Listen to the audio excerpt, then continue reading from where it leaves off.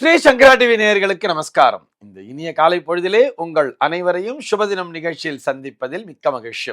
இன்று 22/11/2024 இந்த நாள் எப்படிங்கிறத பார்க்கலாம் வாங்கோ. இன்றைய தினம் குரோதி வருடம் கார்த்திகை மாதம் 7ஆம் தேதி வெள்ளிக்கிழமை. திதி பார்த்தோம்னா தேய்பிரை சப்தமி திதி மாலை 6 மணி 8 நிமிஷம் வரைக்கும் இருக்கு. அதனைத் தொடர்ந்து தேய்பிரை அஷ்டமி திதியானது வந்து விடுகிறது. நட்சத்திரம் பார்த்தோம்னா இன்றைக்கு ஆயில்யம் நட்சத்திரம் மாலை 5 மணி 7 நிமிடம் வரைக்கும் இருக்கிறது. அதனைத் தொடர்ந்து மகம் நட்சத்திரம் என்பது வந்து விடுகிறது. இந்த நாள் முழுவதுமே ஒரு மரணயோகம் கூடிய நாளாக அமைந்திருக்கிறது. இதுபோக பஞ்சாங்கத்திலே வரக்கூடிய யோகம் அப்படின்னு சொல்லி பார்த்தோம்னா இன்னைக்கு பிராமியம் அப்படிங்கிற ஒரு யோகத்தை கொடுத்திருக்கா. கரணம் பார்த்தோம்னா பவம் அப்படிங்கிற ஒரு கரணத்தை கொடுத்திருக்கா. இந்த நாளானது ஒரு கீழ்நோக்கு நாளாக அமைந்திருக்கிறது. இன்னைக்கு என்ன ஸ்பெஷல் அப்படின்னு சொல்லி பார்த்தோம்னா இன்றைய தினம் பஞ்சாங்கத்திலே சாவித்ரி கல்பாத்தி அப்படிங்கிறத கொடுத்திருப்பா. இது போக கால பைரவாஷ்டமி அப்படிங்கிறத கொடுத்திருப்பா. அதே நாளைக்கு பார்த்தோம்னா பஞ்சாங்கத்திலே மகாதேவாஷ்டமி அப்படிங்கிறத கொடுத்திருப்பா. பெரும்பாலும் இந்த மகாதேவாஷ்டமியும் இந்த கால பைரவாஷ்டமியும் ஒரே நாளில் தான் வரும். ஆனால் இந்த வருடத்திலே இந்த கால பைரவாஷ்டமி என்பது இன்றைய தினத்திலும் நாளைய தினம் இந்த மகாதேவாஷ்டமியும் கொண்டாடப்படுகிறது. அதாவது இந்த பைரவரை வழிபடுவதற்கு இந்த தேய்பிரை அஷ்டமி திதி மாலை பொழுதிலே இருக்க வேண்டும் அப்படின்னு சொல்றா. இன்றைய தினம் மாலை பொழுதிலே அந்த அஷ்டமி திதியானது வந்து விடுவதால் இன்றைய தினமே இந்த கால பைரவாஷ்டமி என்பது கொண்டாடப்படுகிறது. பரமேஸ்வரனை முன்னிட்டு செய்யப்படுகின்ற அந்த மகாதேவாஷ்டமி என்பது நாளைய தினத்திலே கொண்டாடப்படுகிறது. சென்னையை பொறுத்தவரை இன்றைய தினத்தினுடைய சூரிய உதயம் காலை 6 மணி 14 நிமிடத்திற்கும் சூரிய அஸ்தமனம் மாலை 5 மணி 35 நிமிடத்திற்கும் சந்திர அஸ்தமனம் பகல் 11 மணி 51 நிமிடத்திற்கும் சந்திர உதயம் இரவு 11 மணி 47 நிமிடத்திற்கும் சம்பவிக்கிறது. பிரம்ம முகூர்த்தம் பார்த்தோம்னா நாளைய தினம் அதிகாலை 4 மணி 33 நிமிடம் முதல் 6 மணி 15 நிமிடம் வரையில் நீடித்திருக்கிறது.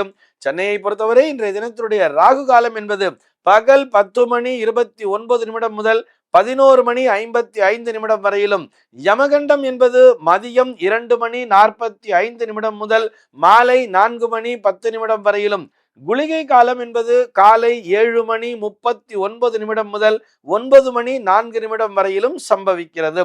தினாந்தம் பார்த்தோம்னா இன்றைய தினம் இரவு 1 மணி 30 நிமிஷத்துக்கு கொடுத்திருக்கா. சூலம் பார்த்தோம்னா இன்றைக்கு மேற்கே சூலம் பகல் 10 மணி 46 நிமிடம் வரையில் அந்த சூல தோஷம் என்பது உண்டு.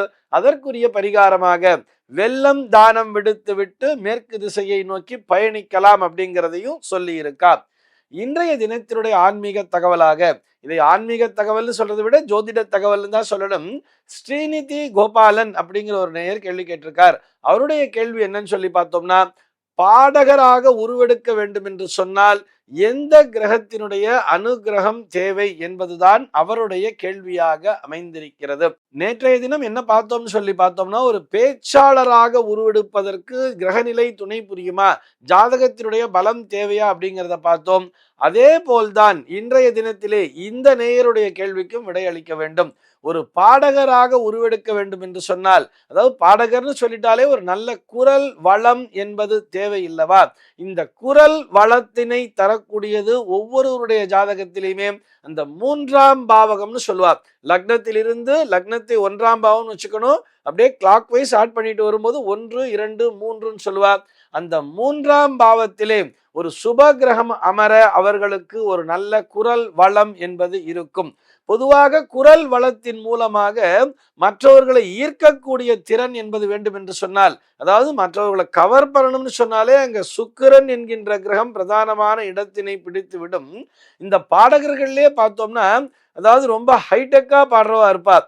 அதாவது இலக்கண சுத்தமான்னு சொல்றா இல்லையா, இப்படித்தான் பாட வேண்டும் என்கின்ற அந்த சங்கீத விதிமுறையின் அடிப்படையிலே பாடக்கூடியவர்களுக்கு பார்த்தோம்னா அந்த 3ஆம் பாவத்திலே குரு என்கின்ற கிரகம் இணைந்திருக்கும். இந்த ரூல்ஸ் அண்ட் ரெகுலேஷன்ஸை கொஞ்சம் கூட மாற்றாம, அதாவது இந்த ஸ்வரம் மற்றும் சாகித்யத்திலே எந்த விதமான ஒரு குழப்பமும் வராமல் இப்படித்தான் அந்த வார்த்தைகளை உச்சரிக்க வேண்டும், இப்படித்தான் அந்த இடத்திலே ஸ்வரமானது வர வேண்டும் என்பதை தெரிந்து கொண்டு அதற்கு சரியாக அந்த ஸ்வரத்தை அங்க மிக்ஸ் பண்ணி பாடுறா அப்படின்னு சொன்னா அதற்கு குரு என்கின்ற கிரகமானது 3ஆம் பாவத்திலே அமர்ந்திருக்க வேண்டும்.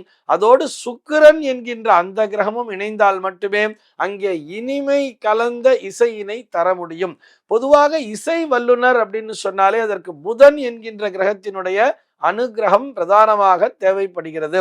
அந்த புதனும் சரி சந்திரனும் சரி, அதாவது பொதுவா என்ன சொல்லுவார்னா, சந்திரன் புதனுக்கு ஆகாது அப்படின்னு சொல்லுவார். சந்திரனும் புதனும் எதிரி கிரகங்கள்பா. அதே மாதிரி குருவும் சுக்கிரனும் எதிரெதிர் கிரகங்கள் சொல்லுவார். இது போன்ற எதிரெதிர் கிரகங்கள் ஒரு குருவும் சுக்கிரனும் இணைந்து அல்லது ஒரு சந்திரனும் புதனும் இணைந்து 3ஆம் பாவகத்திலே அமர, இதில் ஏதேனும் ஒரு கிரகம் உச்சமோ ஆட்சியோ பெற்றாலும் இவர்கள் ஒரு நல்ல பாடகர்களாக இருப்பார்கள். வெறுமனே 3ஆம் பாவத்துல ஒரு குரு மட்டும் உட்கார்ந்துருக்குன்னு சொன்னா அவர்கள் ஒரு நல்ல எழுத்தாளர்களாகத்தான் இருப்பார்கள். அதையும் நம்ம நல்லா தெரிஞ்சுக்கணும். இவை அனைத்திற்குமே இந்த லக்னபாவம் என்பதும் துணை புரிய வேண்டும். பிரதானமாக லக்னாதிபதியே 3லே சென்று அமர்ந்தாலும் அல்லது 3ஆம் பாவக அதிபதி லக்னத்திலே வந்து அமர்ந்தாலும் இவர்கள் அந்த பாடுகின்ற திறனை பெற்றிருப்பார்கள். அந்த சங்கீத ஞானம்னு சொல்றா இல்லையா, அந்த சங்கீத ஞானம் என்பது பலருக்கும் இருக்கும். அதற்கு புதன் என்கின்ற கிரகத்தினுடைய அனுகிரகம் தேவை. ஆனால் சங்கீத ஞானம் உடையவர்கள் அனைவருமே நல்ல பாடகர்களாக இருக்க வேண்டும் என்கின்ற அவசியம் இல்லையே. ஒரு சில பேர் பார்த்தோம்னா நல்ல வயலின் அப்படிங்கிறத பிளே பண்ணுவா, இன்னும் ஒரு சில பேர் நல்ல புல்லாங்குழல பிளே பண்ணுவா, ஒரு சில பேர் கிளாரினட்டை பிளே பண்ணுவா, இப்படி நாதஸ்வரம் பிளே பண்றவாள்லாம் இருப்பா இல்லையா. இப்படி சங்கீத வித்வான்கள் பலரும் இருக்க அவர்களுக்கு அந்த புதன் மற்றும் சந்திரன் என்கின்ற கிரகங்களுடைய அனுகிரகம் பரிபூர்ணமாக தேவைப்படும். ஆனால் குறிப்பாக நம்ம 3ஆம் பாவகம்னு சொல்றோம் இல்லையா, அந்த 3ஆம் பாவத்திலே ஒரு செவ்வாய் வந்து உட்கார்ந்துட்டார்ப்பா, அந்த செவ்வாயோட சுக்கிரனும் சேர்ந்திருக்கான்னு சொன்னா அவர்கள் தாள வாத்தியங்களை இசைக்கக்கூடிய மனிதர்களாக இருப்பார்கள். கூடவே அதுல கேத்துங்கிற ஒரு அம்சம் சேர்ந்துடுத்துனா சொல்லவே வேண்டாம். ராகுவோ அல்லது கேத்துவோ இணைந்து 3ஆம் பாவகத்திலே செவ்வாய் சுக்கிரன் இணைந்திருக்க அவர்கள் தோல் வாத்திய கருவிகளை நல்லபடியாக வாசிக்கக்கூடியவர்களாக இருப்பார்கள். அது போன்று இப்ப தவில் மாதிரி ஒண்ணு வாசிக்கணும்னு சொன்னா அதுக்கு ஒரு நல்ல ஸ்டாமினா அப்படிங்கிறது தேவைன்னு சொல்லுவா தெரியுமா. தோல் வலிமை என்பது தேவைப்படுகிறதுன்னு சொல்லுவா. அந்த தோல் வலிமையை தரக்கூடியதும் இதே 3ஆம் பாவகம் தான் என்பதை புரிந்து கொள்ள வேண்டும். ஆனால் இந்த நேயர் இங்க என்ன கேள்வி காட்டிருக்காரு சொல்லி பார்த்தோம்னா, என்னுடைய மகனை ஒரு நல்ல பாடகராக உருவாக்க வேண்டும், அதற்கு எந்த கிரகத்தினுடைய அனுகிரகம் ஜாதகத்திலே இருக்க வேண்டும் என்று சொன்னால், உங்களுடைய மகன் ஒரு நல்ல பாடகராக உருவெடுக்க வேண்டும் என்று சொன்னால் 3ஆம் பாவகத்திலே என்ன கிரகம் இருக்குங்கிறத பாருங்கோ. அந்த 3ஆம் பாவகத்திலே ஒரு சுக்கிரன் ஒரு குருவோடு சேர்ந்திருந்தாலும் அல்லது ஒரு சந்திரன் புதனோடு சேர்ந்திருந்தாலும் லக்னாதிபதி என்பவர் வலிமையாக இருந்தாலும் அவரால் நிச்சயமாக ஒரு நல்ல பாடகராக உருவெடுக்க முடியும். இந்த தகவலோடு இன்றைய தினம் நான் உங்களிடமிருந்து விடைபெற்றுக் கொள்கிறேன். மீண்டும் உங்கள் அனைவரையும் நாளைய தினம் ஒரு சுவாரஸ்யமான தகவலோடு சந்திக்கிறேன். எம்பெருமானினுடைய திருவருளினாலே இந்த நாள் உங்கள் அனைவருக்கும் சுப தினமாக அமைவதற்கு வாழ்த்துக்கள்.